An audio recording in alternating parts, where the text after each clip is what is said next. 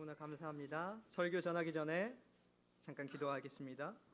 하나님 아버지 감사합니다. 오늘도 오사카 온누리 교회로 우리를 모아주시고 불러주셨음에 감사합니다. 하나님 아버지 오늘도 주님의 말씀을 듣고 우리가 그것을 붙잡고 나아갑니다. 하나님 이 자리에 임재하여 주시어서 우리 모두 여기 모인 한 명 한 명의 마음속에서 주님이 역사하여 주시옵소서. 이 모든 말씀 우리 주 예수 그리스도의 이름으로 기도드립니다. 아멘. 여러분 이 자리에 너무 잘 오셨습니다. 하나님께서 오늘 여러분들을 선택하시고 선별하셔서 이 자리에 불러주셨음을 믿습니다. 여러분 오늘 이 자리에 오신 것이 우연이 아닙니다. 여러분의 능력과 생각과 노력도 아닙니다. 오직 하나님의 역사하심입니다. 여러분 그걸 믿고 오늘 나아가시면 좋겠습니다. 자, 1절을 한번 보여주시면 감사하겠습니다. 1절 제가 읽어보겠습니다. 여호와의 말씀이 내게 임해 말씀하셨다. 요즘 계속 예레미야서를 읽고 또 우리 오사카 온누리 교회 큐티하고 계실 텐데 저는 이 말씀을 읽으면서 묵상하면서 힘들 때가 종종 있습니다. 아이들에게 중고등부 아이들에게 파워웨이브 아이들에게 말씀을 전해야 되는데 계속해서 경고와 심판의 말씀이 있기 때문에 그걸 전하는데 어려움이 있을 때가 있어요. 그러나 오늘 1절의 말씀처럼 오늘 하나님께서 여호와께서 우리에게 주신 말씀이기 때문에 이것을 우리가 믿으면서 우리가 레마의 말씀으로 마음속에 품으면서 오늘 이 말씀을 들으시면 좋을 것 같습니다. 2절 같이 읽어보도록 하겠습니다. 2절 내가 이곳에서는 아내를 얻거나 아들들이나 딸들을 낳지 말라. 여러분 오늘 주님께서는 예레미야 선지자에게 결혼도 하지 말고 아이도 낳지 말라 이렇게 말씀하십니다. 하나님께서는 때때로 예언자들에게 어떠한 행동을 통해서 어떤 행위를 통해서 그 주님의 마음을 나타내실 때가 있어요. 어떤 명령을 하실 때가 있습니다. 그 어떤 행동과 행위를 통해서 주님의 마음을 예언자들을 통해 보이시는 것이죠. 예레미야 선지자에게는 오늘 결혼도 하지 말고 아이도 낳지 말라 이런 명령을 하셨습니다. 여러분 결혼하는 것도 자녀를 갖는 것도 우리 하나님이 허락해 주셔야 가능한 것입니다. 예레미야 시대는 멸망의 시대였습니다. 대제국이었던 바빌론으로부터 이제 멸망을 앞두고 있습니다. 그렇기 때문에 결혼하는 것도 아이를 갖는 것도 무의미한 시대였습니다. 어차피 다 죽게 되기 때문에 멸망하기 때문입니다. 여러분 우리가 이렇게 결혼도 하고 자녀도 가질 수 있는 자유와 축복의 세대에 살게 된 것을 감사해야겠습니다. 어쩔 때는 여러분 우리 가족들에게 화도 나고 왜 내 남편이 이럴까? 왜 내 아내는 이럴까? 왜 내 자녀는 정말 죽이고 싶다 이렇게 생각하실 때가 있으실 때도 있으실 거예요. 그러나 여러분 전쟁과 가난 속에서 그런 가족도 갖지 못한 사람들이 이 세상에 너무나 많다는 것을 기억하셔야 됩니다. 우리에게 그 시절이 언젠가 올 수도 있습니다. 여러분 그렇기 때문에 오늘 이 시간 지금 주님이 주어진 이 가족들 나의 형편들 감사하면서 사시기 바랍니다. 3절 4절을 같이 읽도록 하겠습니다. 시작. 이곳에서 낳은 아들들과 딸들과 그들을 낳은 어머니들과 이 땅에서 그들을 낳은 아버지들에 대해서 여호와께서 이렇게 말씀하셨다. 4절 그들은 치명적인 질병으로 죽을 것이다. 아무도 그들을 위해 통곡하지도 않고 그들을 묻어주지도 않을 것이며 그들은 다만 땅 위의 쓰레기 같을 것이다. 그들이 칼과 기근으로 멸망하게 될 것이고 그들의 시체는 공중의 새들과 땅의 짐승들의 먹이가 될 것이다. 오늘 하나님께서 이스라엘 백성들에게 하시는 예언은요 이스라엘의 완전한 멸망을 의미합니다. 이 땅에서 태어난 자녀와 그 어머니와 아버지가 반드시 멸망할 것이다. 하나님께서 이렇게 말씀하고 계세요. 여러분 그런데요 우리가 여기서 주목해야 될 말씀이 있습니다. 부모의 세대의 잘못이 자녀의 세대까지 이어진다는 것입니다.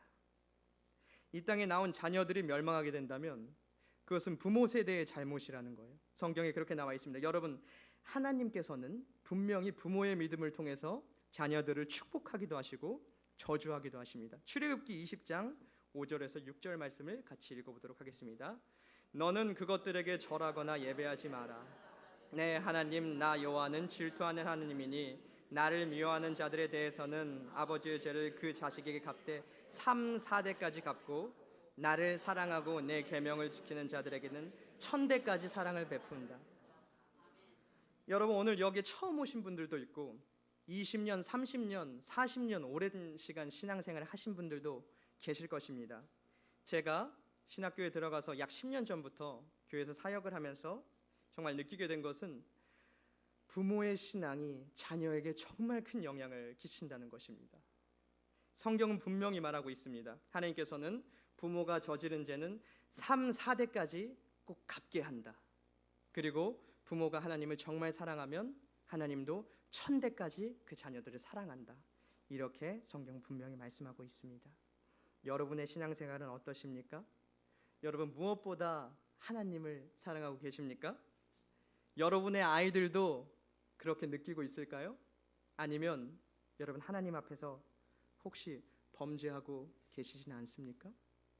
여러분 아이들 앞에서 떳떳하지 못한 그런 부모로 있으실 때가 혹시 있으시진 않습니까? 아이들이 모를 것 같아도 분명히 다 알게 됩니다. 아이들도 부모의 대화와 그런 분위기를 통해서 영적으로 느끼게 되고 그런 것들을 알게 됩니다. 그런 것들이 아이들에게 엄청난 상처가 되고 또 무의식 중에 작용해서 아이들이 인생에 크나큰 영향을 끼치게 됩니다. 여러분의 어린 시절을 돌아보시면 어느 정도 이해가 되실 거예요. 혹시 여기서 자녀들에게 어떤 떳떳하지 못한 부분이 있으시다면 오늘 이 말씀을 정말 주님이 주신 말씀으로 듣고 다시 주님 앞으로 나아가시길 바랍니다. 그렇게 여러분이 결단하고 나아가실 때 주님께서 섬세하게 해결할 길을 알려주시고 방법을 인도해 주실 것입니다. 여러분을 통해서 천대의 축복을 받는, 여러분이 천대의 축복을 여는 그런 축복의 통로가 되길 기도합니다. 저도 한 어머니의 아들로서 그리고 청소년 사역자로서 많은 것을 보고 느낄 때가 있는데요. 특히 우리 신앙생활 속에서 부모님들이 아이들에게 종종 신앙의 모범을 보여주지 못하실 때가 있어요. 특히 한국 어머니, 일본 어머니들은요 어떤 때냐면요, 아이들 수험 대학 진학 시험을 앞뒀을 때, 그럴 때 조금 믿음이 흔들린 모습을 보여주실 때가 가끔씩 있으십니다. 많은 부모님들이 이렇게 얘기하세요. 고3 고등학교 3학년 또 재수를 할 때 1년만 열심히 해보자. 1년만 열심히 해보자. 교회는 1년 뒤에 가도 돼. 앞으로 이제 평생 다닐 거야. 지금 공부해서 좋은 대학 가는 게 하나님께 영광 돌리는 거야. 지금 괜찮아. 공부해. 엄마가 너 때문에 쪽팔려서 교회를 못 다녀. 공부해. 이렇게 하시죠. 하실 때가 있어요. 인생에서 가장 중요한 순간 1년 동안 잘 해보자. 이런 마음으로 말씀하시는 거 잘 알고 있습니다. 더 큰 전진을 위해서 잠깐 일부 후퇴하는 거 맞는 말인 것 같아요. 맞는 말인 것 같지만 여러분 이렇게 하시면요, 자녀들이 무엇을 배우냐면요, 중요한 순간에는 하나님을 버려야 되는구나, 이걸 배웁니다. 정말 중요한 순간에 하나님을 버리는 거구나. 자녀에게 남는 거 이거밖에 없습니다. 단순히 공부 때문에 교회를 예배를 몇 번 빠지는 정도의 문제가 아니에요. 여러분, 부모님들이 아이들의 인생의 중요한 순간에 주님보다 예배보다 중요한 것을 먼저 말하셨을 때 위기의 순간에 주님을 버려라라고 온몸을 다해 말하는 것과 똑같은 효과입니다. 아이들은 어머니의 그런 모습을 보고 신앙생활을 하게 됩니다. 주님 앞에 바로 서지 못한 부모가 자녀를 망치게 되는 것입니다. 여러분, 한국의 유명한 심리학자가 이렇게 말했습니다. 부모의 의도는 아이들에게 전해지지 않습니다. 부모가 생각하고 있는 것, 부모가 의도하는 것 아이들에게 전해지지 않아요. 오직 부모의 행동만이 아이들에게 전해집니다. 여러분 이거 기억하셔야 돼요. 여러분은 어떠한 모습을 자녀들에게 보여주고 계십니까? 어떠한 삶을 자녀들에게 전해주고 계십니까? 아이들은 말로 바뀌지 않습니다. 말로 바뀌었으면 벌써 바뀌었죠. 여러분 그렇게 혼내고 때리고 하셨는데 지금 아무것도 안 바뀌었습니다. 여러분 말로 바뀔 수 없어요. 말로 바뀔 수 없어요. 부모가 바뀌어야 아이들이 바뀝니다. 부모가 하나님 앞에 바로 서야 아이들이 올바른 신앙의 길을 걷게 됩니다. 여러분께서 천대까지 이어지는 축복의 통로가 되길 바랍니다. 바랍니다. 5절, 6절, 7절을 읽어보겠습니다. 여호와께서 이렇게 말씀하셨다. 초상집에 들어가지 마라. 통곡하기 위해 가거나 그들을 위해 슬퍼하지 마라. 이는 내가 이 백성에게서 내 평안과 내 인애와 내 긍휼의 여김을 거두어드렸기 때문이다. 여호와의 말이다. 큰 사람이나 작은 사람이나 모두 이 땅에서 죽을 것이다. 아무도 그들을 묻어주지 않을 것이고 그들을 위해 통곡하거나 그들을 위해 자기 몸을 베거나 머리를 밀지도 않을 것이다. 또 죽은 사람들을 위해 통곡하는 사람을 위로하려고 빵을 떼어줄 사람이 없을 것이다. 아무도 그의 아버지나 어머니를 위해 그들을 위로하려고 마실 것을 주지 않을 것이다.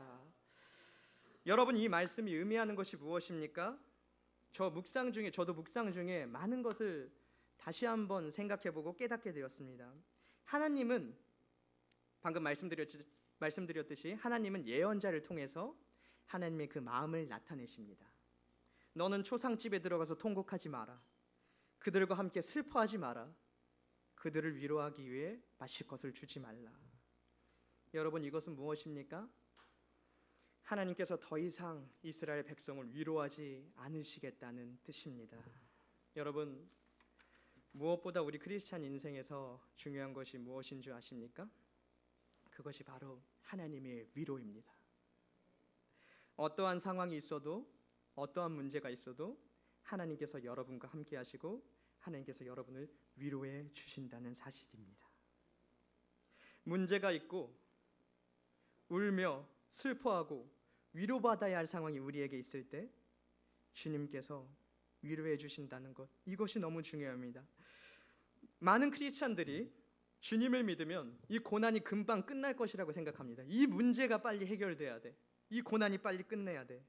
그리고 이제는 나 이제 바뀌었으니까 어떠한 문제도 일어나지 않을 거다. 여러분, 이렇게 생각하는 크리스찬이 많이 있습니다. 성경에도 무슨 독을 마실지라도 해를 입지 않고, 그런데요, 우리가 항상 생각하는 것은 해를 입지 않고 여기에 있었어요. 그러나 주님께서 말씀하시는 것은 무슨 독을 마실지라도 우리에게 독을 마시는 상황이 옵니다. 예수님을 믿어도 죽을 것 같은 상황이 와요. 이제 너무 지쳐서 여기까지 했으면 됐지 싶은 상황이 반드시 옵니다. 그러나 여러분, 그때 주님께서 어떻게 말씀하시죠? 괜찮다, 괜찮아, 다시 힘을 내. 항상 이렇게 말씀하세요. 근데 우리 크리스찬, 우리가 신앙생활을 하면서 그 말씀이 더 야속하게 느껴질 때가 있어요. 그러나 여러분, 이것을 정말 믿으셔야 됩니다. 이게 믿어지면 다시 사는 것입니다. 여러분, 문제 해결에만 집중하지 마세요. 문제 해결만 바라보면 금방 지쳐버립니다. 처음엔 열정적으로 기도하다가도 응답이 없으면 금방 지쳐버려요. 기도를 조금 오래 이어가시던 분들도 결국엔 원망의 기도를 하게 됩니다. 여러분, 이것이 사탄이 노리는 것이에요. 사탄이 이 부분을 노리고 있습니다. 문제 해결에 초점을 맞추지 마세요. 주님이 지금 나와 함께 계심에 초점을 맞추시길 바랍니다. 이 세상 어떤 문제보다 더 크신 주님이 여러분과 함께 계시는데 더 이상 우리에게 무엇이 필요하겠습니까? 이것을 진짜 믿으셔야 합니다. 우리에게는 주님이 정하신 때가 있어요. 주님의 시간이 있습니다. 예를 들어 볼까요? 여러분, 어린아이가 여러분들에게 차를 사달라고, 운전을 하고 싶다고 울고 불고 떼를 쓰고 밥을 안 먹고 죽으려고 해요. 그럼 여러분, 차를 사주시겠습니까? 그 아이들에게 차를 사줄 수가 없는 것이죠. 성인이 돼서 면허를 딸 수 있을 때까지, 운전을 할 수 있을 때까지 그런 시간이 필요한 것입니다. 여러분, 주님께서도 우리들에게 이 시간이 지금 우리들에게 필요하기 때문에 이 시간을 준비해 주신 것입니다. 여러분, 그것을 믿고 신뢰하시고 나아가셔야 됩니다. 주님께서는 단지 문제가 해결되지 않는 것을 방치만 하고 계시지 않으세요. 그 시간에도 우리를 섬세히 위로하시고 우리를 달래주시면서 매 순간순간, 기도의 순간, 예배의 순간, 찬양의 순간에 우리를 다시 한번 일으켜주시고 위로해 주시고 인도해 주십니다. 주님이 우리보다 더 아파하세요. 주님께서 우리보다 더 그 문제의 해결을 바라고 계세요. 여러분, 이것을 신뢰하시길 바랍니다. 주님의 위로가 있는 축복의 세대가 여러분 되시길 바랍니다. 8절, 9절 읽어보겠습니다. 또 잔치집에 들어가 사람들과 함께 앉아 먹고 마시지 마라. 9절 읽어보겠습니다. 이스라엘의 하나님 만군의 여호와가 이렇게 말한다. 보아라, 내가 내 눈앞에 그리고 내가 살아있는 동안 이곳에서 기뻐하는 소리, 즐거워하는 소리, 신랑의 소리, 신부의 소리가 그칠 것이다. 여러분, 주님께서 이스라엘 백성에게 선포하시는 말씀이 무엇입니까? 방금 전에는 하나님께서 위로의 하나님께서 위로를 멈추겠다 이렇게 말씀하셨습니다. 이번에는 기쁨과 축복의 하나님이 기쁨을 멈추게 하겠다고 하십니다. 여러분, 우리가 살아있는 날 동안 기쁨의 소리가 멈추면 그것이 어떻게 되는 것입니까? 너무나 큰 재앙에 우리가 빠지게 되는 것입니다. 하나님은 정말로 기쁨의 하나님이십니다. 우리에게 항상 기쁨을 주려고 하십니다. 여러분, 이것을 정말 믿으셔야 돼요. 제가 정말 하나님을 만나고 느끼게 된 것은요, 하나님은 정말 그 자녀들의 기쁨을 원하시는 분이시다, 이 사실입니다. 하나님께서는 여러분이 기쁨으로 이 세상을 살아가길 원하세요. 근데 여러분 한번 생각해 보세요. 여러분 자녀가 있으신 분들, 자녀가 무언가 원하고 그것을 통해 기뻐한다면 무엇이든지 다 해주고 싶은 것이 우리 부모의 마음 아닙니까? 그게 나쁜 것이 아니라면 능력이 되는 대로 해주고 싶으시죠. 하나님은 능력의 한계가 없으신 분이십니다. 여러분이 무엇을 원하든 그것을 다 해주고 싶으신 분이 하나님이세요. 여러분이 진정한 기쁨을 얻으며 살아가길 원하시는 분이 하나님이십니다. 여러분께서 이 기쁨을 누리는 삶을 정말 사시길 원합니다. 그 기쁨을 누리는 삶을 사는 비법은 오직 하나님을 바라보는 것입니다. 우리가 주님 안에서만 진정한 참 기쁨을 누릴 수 있음을 다시 한번 기억하시길 바랍니다. 우리가 주님 앞에 있을 때만 우리가 보통 살아갈 땐 죄를 짓지 않고 사는 게 힘들어요. 죄 안 짓고 어떻게 살아? 못 살지. 그러나 우리가 정말 주님 안에 있을 때는 오히려 죄를 짓는 게 어려워집니다. 우리의 마음이 너무 힘들어지고 죄를 지을 때마다 이러면 안 되겠다. 더 이상 죄가 기뻐지지 않아요. 단지 우리가 주님을 바라볼 때 우리가 진정으로 변화되고 주님 안에서 기쁨을 얻을 수 있게 되는 것입니다. 마태복음 28장 20절을 읽어보도록 하겠습니다. 내가 너희에게 명령한 모든 것을 그들에게 가르쳐 지키게 하라. 보라, 내가 세상 끝날까지 너희와 항상 함께 있을 것이다. 여러분, 우리 주님이 세상 끝날까지 우리와 함께 하겠다고 분명히 말씀하셨습니다. 여러분, 문제가 없어야만 기쁜 것이 아닙니다. 어떠한 문제가 있더라도 주님이 우리와 함께 하시기 때문에 기쁜 것입니다. 어떠한 상황에서도 기뻐할 수 있는 것이 우리 크리스찬에게 허락된 축복입니다. 아멘. 10절에서 13절까지 한번 읽어보도록 하겠습니다. 예, 내가 모든 것을 이 백성에게 말했을 때 그들이 내게 말할 것이다. 왜 여호와께서 이 모든 큰 재앙 우리가 우리 하나님 여호와께 무슨 죄를 지었습니까? 그러면 너는 그들에게 말하여라. 여호와의 말이야. 너희 조상들이 나를 버리고 다른 신들을 추종해 그들을 섬기고 그들에게 경배했다. 그들이 나를 버렸고 내 법을 지키지 않았다. 너희는 너의 조상들보다 더 악하게 행동했다. 보라, 각자가 자기 악한 마음에 완고함을 따르고 내게 순종하지 않았다. 그러므로 내가 이 땅에서 너희를 끌어내어 너희나 너희 조상들이 알지 못하던 땅으로 추천할 것이다. 그리고 이곳에서 너희가 밤낮으로 다른 신들을 섬길 것이다. 이는 내가 너희에게 은혜를 베풀지 않을 것이기 때문이다. 아멘. 여러분, 이스라엘 백성들이 하나님께 묻습니다. 왜 여호와께서 우리에게 이 모든 큰 재앙을 선포하십니까? 우리가 무슨 잘못을 했습니까? 우리가 우리 하나님 여호와께 무슨 죄를 지었습니까? 여러분, 이것이 인간입니다. 우리가 무슨 죄를 지었는지도 알지 못하는 것이 우리 인간이에요. 우리가 떳떳하게 살아간다고 살지만 인간의 힘으로 그렇게 살아가면 살아갈수록 더욱더 실망하게 되고 더욱더 실패를 경험하는 것이 우리의 삶입니다. 12절에 이렇게 나와 있죠. 너희는 너희 조상들보다 더 악하게 행동했다. 보라, 너희 각자가 자기의 악한 마음의 완고함을 따르고 내게 순종하지 않았다. 여러분, 악한 마음, 우리가 순종하지 못하는 마음, 그것이 여러분 우상 숭배와도 같은 것입니다. 우리 마음속에 있는 그 자아, 하나님께 순종하지 못하는 그 마음, 벌써 하나님보다 내 마음이 앞서 있는 것이죠. 여러분, 오늘 제가 특별히 말씀을 준비하면서 주님께서 제게 주신 말씀은요, 정말 이 시대의 크리스찬들이 우상 숭배와 악한 마음의 완고함을 버리고 주님께 정말 순종해야 한다는 것입니다. 우리가 우리 마음의 완고함 때문에, 우리 마음의 악함 때문에 얼마나 많은 사람들에게 상처를 주고 살았는지, 이것을 우리가 다시 한번 생각해 봐야 합니다. 여러분, 우리가 정말 크리스찬으로 잘 살아가고 있는지 아닌지는 여기 이렇게 앉아 있을 때는 알 수가 없습니다. 정말 알 수가 없습니다. 여러분들이 이 예배가 끝나고 이제 저 문을 나가셨을 때, 문을 나가서 성도님들과 대화하실 때, 그리고 집에 돌아가는 전차 안에서, 차 안에서 무슨 이야기를 하는지, 사람들과 마주쳤을 때 어떻게 반응하는지, 직장에서, 가정에서 어떤 마음과 모습으로 여러분들이 대화하는지, 그것에 따라서 여러분들이 정말 크리스찬인지 아닌지가 결정됩니다. 제가 약 10년간 사역을 하면서, 교회에서 사역하면서 여러 교회들을 거쳐왔는데요, 가끔씩 놀랄 때가 있어요.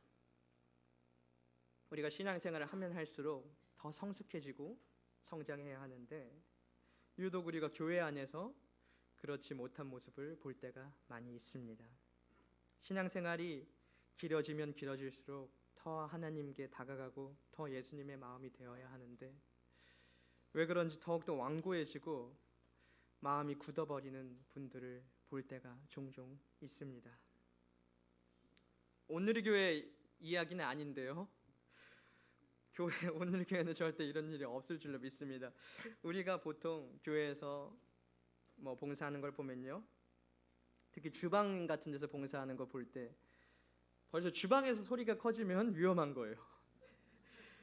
이거 좀 이렇게 해, 김집사 이렇게 해, 이거 이렇게 하고, 이거 안 돼, 이러면 나 못해, 주방에 못 들어오게 해, 이렇게 하시고, 안 해, 나 이제 안 해, 봉사 안 해, 다 내려놓을 거야, 이렇게 하면 벌써 이제 틈탄 거예요. 그래서 이렇게 하면 청소해도 진짜 그것만 봐도 달라요. 청소에다 이거 이렇게 의자 좀 잘해봐, 이렇게 벌써 이렇게 온화하게 그 예배당에 앉아 있으시던 분들이 그렇게 까칠하시고 그럴 때가 가끔씩 있으세요. 예, 가끔씩 있어요. 저희 어머니도 그러시더라고요. 저희 어머니도 가끔 여기 신방 전도사님들한테 이거 속해 이렇게 하면 안 되고 가끔 이러셔요. 제가 얼굴이 가끔 빨개질 때가 있는데, 이거 설교 원고에 안 적었는데 큰일 났네요. 예. 장로님들도, 어떤 장로님은 진짜 설교가 5분만 길어져도 딱 일어서셔서 일부러 딱 이 중간 통로로 딱 나가세요. 진짜로 그러시는 분들 계세요. 어떤 목사님은요, 지금 PPT가 정말 스바라시에요. 우리 오사카 온누리 교회 조금만 이게 끊어져도 바로 이렇게 이거 딱 보시고 예배가 끝나고, 제가 전도 처음 할 때 불이 안 켜졌나 이랬는데 바로 예배 끝나고 여기로 올라오시더라고. 그래서 3층에 그 방송실이 있었는데, 너 진짜 예전에 나 조인트 까였대 이러면서 예, 그런 경험이 있었습니다. 여러분, 그런데 여러분, 그런 분들이 교회가 망하라고 그러는 걸까요? 내가 이렇게 하지 않으면 우리 교회 망하니까 나라도 이렇게 해야 돼, 이 마음으로 하시는 거예요. 내가 안 하면 이 목사 못 깨달아, 내가 안 하면 이 집사 평생 몰라, 이 마음으로 이렇게 하시는 거예요. 여러분, 그러나 그 마음 속에서 사탄이 웃고 있습니다. 하나님보다 내가 먼저 앞서는 마음, 이 말로 가르쳐야지. 여러분, 방금 말씀드렸죠? 여러분, 말로 하려고 하면 안 돼요. 행동으로 보여주셔야 됩니다. 신앙이 성숙하면 성숙할수록 여러분들이 교회에서 어떻게 행동하시는지, 얼마나 온화하고 온유하고 순종하며 어떻게 여러분들이 교회 안에서 봉사하시는지 그것을 몸으로 보여주셔야 돼요. 그렇게 했을 때 많은 성도님들이 여러분을 존경하게 됩니다. 사탄은 완고하고 완악한 마음으로 침투에 들어옵니다. 우리를 분열시키고 어떻게든 멸망하게 합니다. 그게 사탄이 노리는 거예요. 작은 말 하나, 행동 하나가 쌓이고 쌓여서 어떤 섭섭한 마음이 들잖아요, 여러분. 어느 날 섭섭한 마음이 들면 20년, 30년 신앙생활 하신 분들도 나 오늘부터 안 나가, 교회 안 나오세요. 여러분, 이걸 섭섭마귀라고 부르는데요, 섭섭마귀가 침투하면, 이게 일본어로 번역이 될지 모르겠어요. 섭섭마귀가 침투하면 20년, 30년, 40년 신앙생활 하시는 분도 그날로 그 교회 안 나갑니다. 여러분, 이게 사탄이 노리고 있는 거예요. 우리가 교회 안에서 어떤 말을 하더라도, 어떤 행동을 하더라도 오직 주님 안에서 하셔야 됩니다. 주님이라면 지금 어떻게 말씀하실까? 내가 그 집사 내가 진짜 가만 안 둬 이렇게 하시지만 한번 기도해 보시면 너나 가만히 있어라 이렇게 하시는 주님이 있으세요. 제가 경험했습니다. 제가 처음에 어떤 교회인지 말씀드릴 수 없지만 여기 교회 전도사님들은 월급 도둑인가? 왜 전도를 안 하시지? 이렇게 하고 정지하는 마음 갖고 있었는데 너는 왜 안 하냐? 이러시는 거예요. 제가 그 후로 열심히 전도하고 일본인들 전도하다가 여기까지 오게 되었습니다. 주님께서 여러분들이 계획하시고 원하시는 게 있어요. 여러분, 남을 보지 마세요. 옆자리에 앉으신 분의 신앙을 보지 마세요. 본받을 것만 본받으세요. 여러분, 주님은 여러분 한 분 한 분의 마음을 보십니다. 그것을 기억하세요. 제가 마지막 한 가지로 제가 교회에서, 한국 교회에서 예배 시간에 들은 말씀을 같이 예화를 같이 이야기 드리고 마치도록 하겠습니다. 복음성가 작곡가로 유명한 최영덕이라는 분이 계시는데요. 그분이 어느 날 자기가 교회에 전도한 후배분과 말다툼을 하게 되었습니다. 복음성가 작곡가신 최영덕 씨는 자기가 복음성가를 작곡했으니까 복음성가가 은혜롭고 이 현대 사람들에게 더 맞고 좋다 이렇게 주장을 하셨던 것 같아요. 그러나 그 전도했던 후배는 아니 그 형님 그래도 그 몇백 년 몇십 년 내려온 그 찬송가 거기 성경책에 있는 찬송가가 더 은혜롭지 더 권위가 있고 이렇게 주장을 했다고 해요.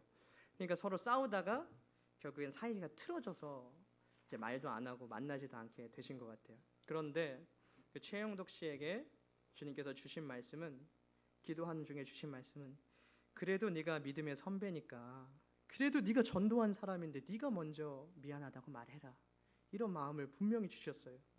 근데 또 예배당 나오면 또 안 되겠다 이런 마음이 들고 하죠. 우리도 그렇게 해서 화해의 말씀을 못 전하고 있었는데 어느 날 후배한테 전화가 왔어요. 형님 그래도 제가 미안했습니다. 제가 미안했어요. 이렇게 전화가 와서 그래 알았다 하고 이렇게 이야기는 끝났다고 합니다. 그런데 여러분, 그 얼마 뒤에 그 후배가 사고로 죽게 되었습니다. 그리고 얼마 뒤에 그 후배분의 아내가 그 최영덕 씨와 만나서 후배의 일기장을 보여줬어요. 근데 거기에 어떻게 써 있었냐면요, 내가 이 세상에서 가장 존경한 사람 1등은 예수님이고 2등은 나를 전도한 우리 최영덕 선배다. 저는 그걸 보고 너무나 울면서 회개하면서 쓴 복음성가가 있습니다. 그 가사를 보면요, 그가 먼저 손 내밀기 원했고, 그가 먼저 용서하기를 원했고, 그가 먼저 웃음 주기를 원했네. 나는 어찌 된 사람인가. 오 강교한 나의 입술이요, 오 강교한 나의 마음이요. 왜 나의 입은 사랑을 말하면서, 왜 나의 마음은 화해를 말하면서, 왜 내가 먼저 져줄 수 없는가, 왜 내가 먼저 손해볼 수 없는가. 오늘 나는 주님 앞에서 몸둘 바를 모르고 이렇게 흐느끼며 서 있네.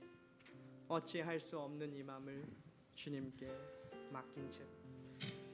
여러분이 찬양을 부르면서 오늘 설교 마치도록 하겠습니다. 혹시 아시는 분 있으면 같이 따라 불러주시면 감사하겠습니다.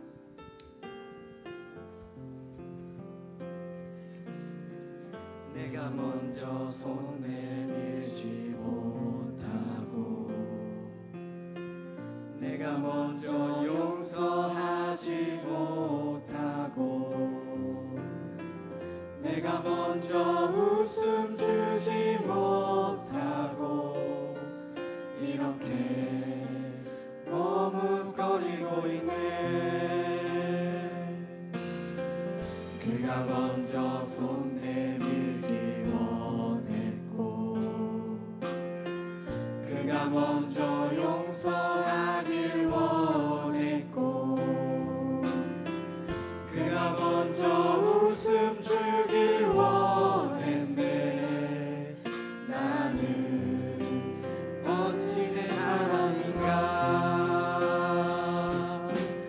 오 강교한 나의 입술이여 오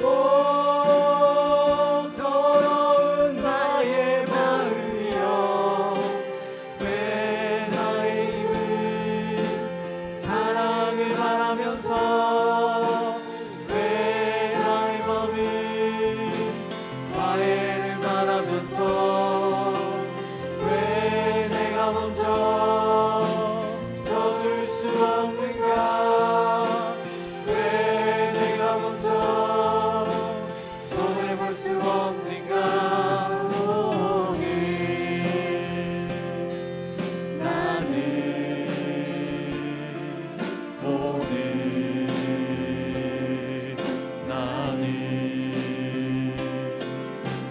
주님 앞에서 몸둘 바 모르고 이렇게 흐느끼며 서 있네. 어찌할 수 없는 이 마음 주님께 맡긴 채로 2절 있나요? 내가 먼저 섬겨주지 못하고 내가 먼저 이해하지 못하고 내가 먼저 높여주지 못하고 이렇게 고집 부리고 있네. 그가 먼저 섬겨주길 원했고 그가 먼저 이해하길 원했고 그가 먼저 높여주길 원했네. 나는 어찌된 사람인가.